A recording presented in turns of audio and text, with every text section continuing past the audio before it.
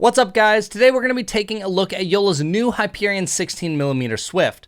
This is something that everyone has been begging Joola to do, but honestly, for the price, this paddle isn't that great. The only difference on paper from the original Hyperion is that the average weight of the Swift is now 7.9 ounces, down from 8.5 or so. Otherwise, everything else remains the same.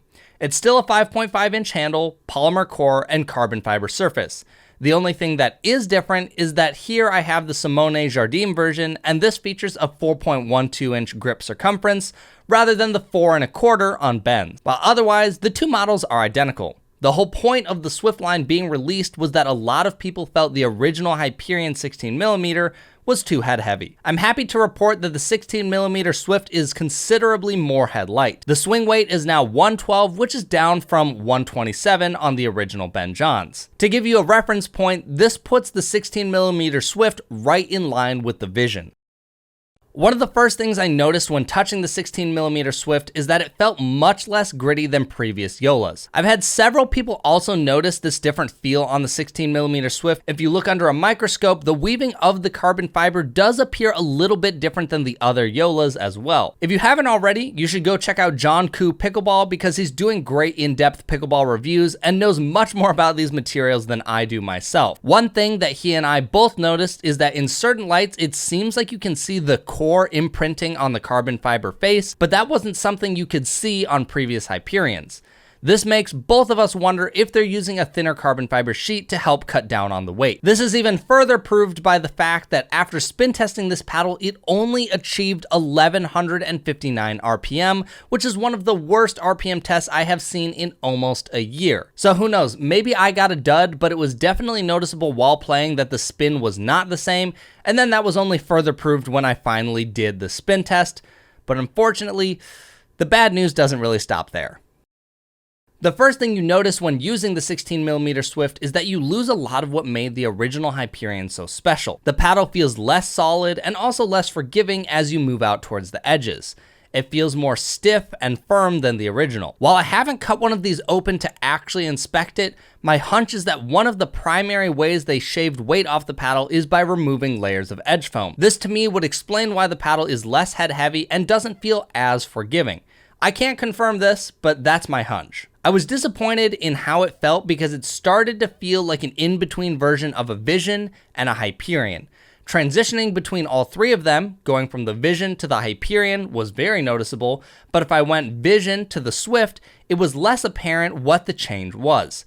You can tell they're different, but it's not a drastic change. The 16mm Swift might just feel slightly more solid than the Vision, but we really aren't talking about big changes here. The 16mm is even more control-oriented than the original Hyperion was because it lacks the extra weight. It felt like it was a little bit harder to get pace on the ball. I would consider this paddle to be in the same realm as the Vision for power and control.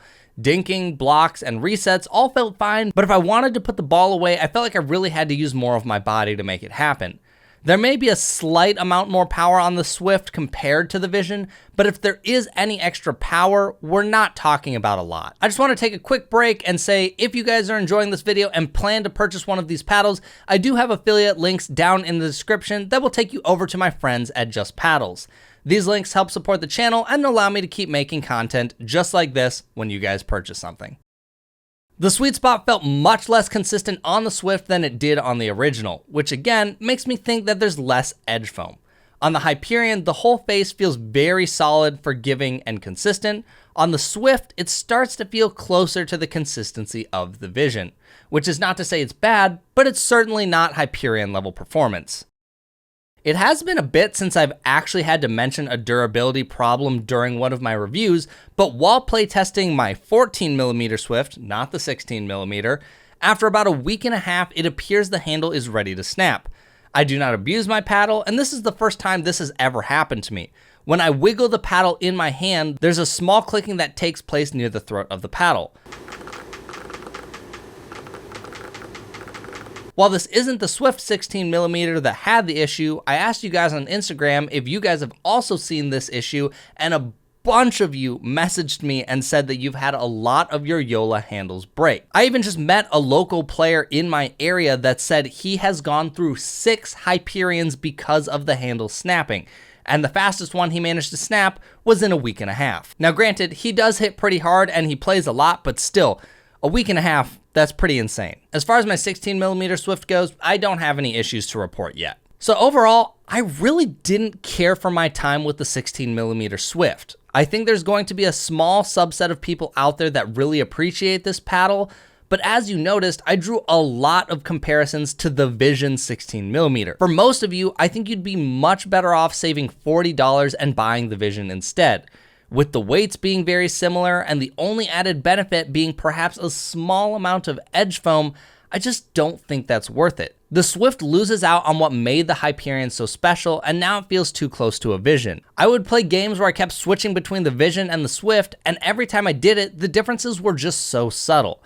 If you combine the lack of difference between this and the Vision, along with the very poor spin numbers, I think you end up with an overpriced paddle that really shouldn't be considered by many people.